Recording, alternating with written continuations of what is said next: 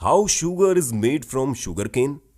दोस्तों, क्या आपको मालूम है चीनी कैसे बनती है? जैसा कि आपको दिख रहा होगा कितनी आसानी से ताजी ताजी चीनी बन रही है। चलिए पूरा प्रोसेस जानते हैं, आखिर चीनी फैक्ट्री में बनती कैसे है। दोस्तों, शायद ही ऐसा कोई शख्स होगा जिसे मीठा न पसंद हो, क्योंकि थोड़ा बहुत ही सही, लेकिन हम सभी मीठे के दीवाने हैं। और मीठे के लिए इस दीवानगी का असर अभी से नहीं बल्कि 2000 सालों से भी पहले से चला आ रहा है। क्योंकि मीठे का स्वाद मुंह में आते एक अलग एहसास होता है। वो हमारे दिमाग में खुश रहने वाले हार्मोन्स जिन्हें डोपामिन कहा जाता है उन्हें सक्रिय कर देता है। खैर, मिठास तो हमारे दिमाग में असर करती ही है, लेकिन जब बात मीठे की आती है तो सबसे पहले चीनी का जिक्र आता है, क्योंकि अधिकतर चीजें चीनी से ही तो बनती हैं। लेकिन जब दुनिया भर में मौजूद अधिकतर स्वादिष्ट चीजें चीनी से बनकर तैयार होती हैं, तो सवाल यह आता है कि आखिर चीनी किस चीज से बनकर तैयार होती है और इसे बनाने के लिए किन किन प्रक्रियाओं से गुजरना पड़ता है। दोस्तों, सबसे पहले हम आपको यह बताना चाहेंगे कि ब्राजील के बाद दुनिया में दूसरे नंबर पर सबसे ज्यादा चीनी का उत्पादन हमारे भारत में ही होता है, और यह उत्पादन साल दर साल बढ़ता ही जा रहा है। लेकिन जब बात इसके बनने की प्रक्रिया की आती है तो सबसे पहले गन्ने को खेतों से काटकर शुगर मिल तक लाया जाता है, और यह चीनी बनने की सबसे पहली प्रक्रिया है, क्योंकि चीनी अधिकतर गन्ने से ही तो बनाई जाती है। हालांकि इसे बनाने के लिए गन्ने के अलावा शकरकंद का भी इस्तेमाल किया जाता है, लेकिन भारी मात्रा में गन्ना ही चीनी बनाने के लिए उपयोगी होता है। इस वजह से जब गन्नों को खेतों से निकालकर शुगर मिल तक लाया जाता है तो उनके छोटे छोटे टुकड़े किए जाते हैं, और उन टुकड़ों के लिए इन्हें चॉपर नामी मशीन में डाला जाता है।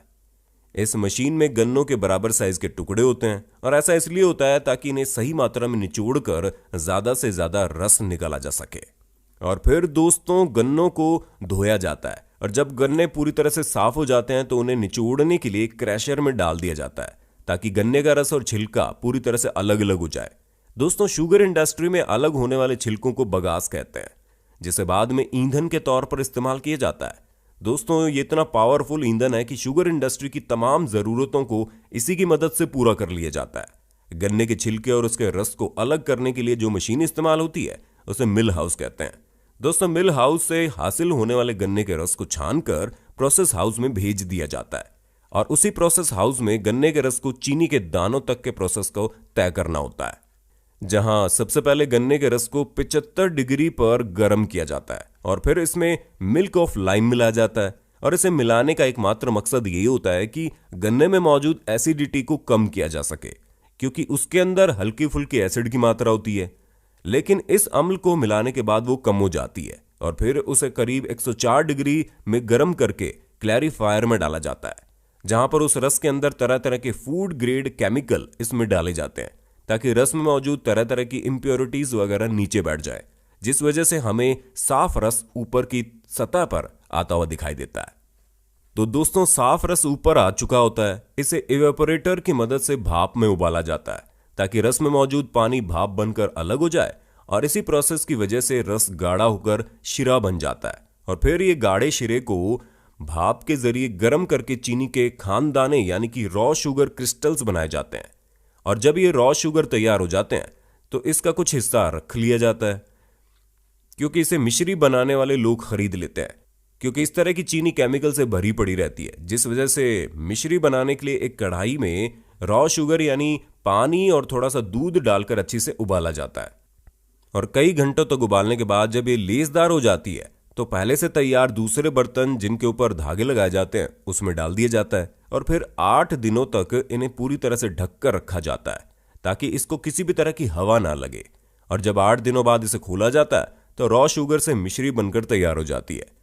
जो कि चीनी की तरह ही होती है, लेकिन उसका स्वाद थोड़ा अलग होता है। और दोस्तों, हम आपको बताना चाहेंगे कि रॉ शुगर से बताशे भी बनाए जाते हैं, जिसके लिए कढ़ाई में चीनी, पानी और रंग को सफेद करने के लिए बेकिंग सोडा या हाइड्रो पाउडर डालकर अच्छी तरह से पका लिया जाता है, और बाद में इसके छोटे छोटे ड्रॉप्स गिराकर बताशे बनाए जाते हैं। पर अब बात करते हैं असल मायनों में जो छोटी छोटी चीनी हम खाने में प्रयोग करते हैं वो किस तरह बनती है। उसके लिए दोस्तों, रॉ शुगर को शीरे से अलग करने के लिए एक खास तरह की छलनी से गुजारा जाता है, जहां देसी चीनी और शीरे को अलग कर दिया जाता है। दोस्तों, उस शीरे को मोलासेस कहते हैं, और इसे कई तरह के प्रोसेस से गुजारकर कई ग्रेड्स की चीनी बनाई जाती है, और आखिर में जो मोलासेस बचता है उससे फाइनल मोलासेस कहते हैं। और ये शुगर इंडस्ट्री के लिए बाई प्रोडक्ट होता है, जबकि हासिल होने वाली देसी चीनी को गर्म पानी में डालकर दोबारा से मेल्ट किया जाता है और दोस्तों फिर इन्हें लीकर में डाला जाता है, जिसके अंदर कई तरह के फूड ग्रेड केमिकल्स डाले जाते हैं ताकि चीनी का कलर सफेद हो जाए। और फिर इस देसी चीनी को छानकर प्यूरिफाई किया जाता है और फिर दोस्तों उससे हासिल होने वाली चीनी को गर्म हवा से पूरी तरह से साफ कर दिया जाता है, जिसके बाद इस फाइनली चीनी के दानों को चीनी के साइज की छलनियों से गुजारकर अलग अलग कर दिया जाता है, जहां बारीक और मोटे दाने वाली चीनी को पैक करके सप्लाई के लिए भेज दिया जाता है और जो दाने छोटे रह जाते हैं उन्हें पीस कर शुगर पाउडर बना दिया जाता है। तो दोस्तों आप समझ गए होंगे कि किस तरह खेतों में लगे गन्ने से लेकर चीनी के दानों का यह सफर अलग अलग प्रोसेस से होकर गुजरता है। बाकी आपका इसके बारे में क्या कहना है हमें कमेंट करके बताइए।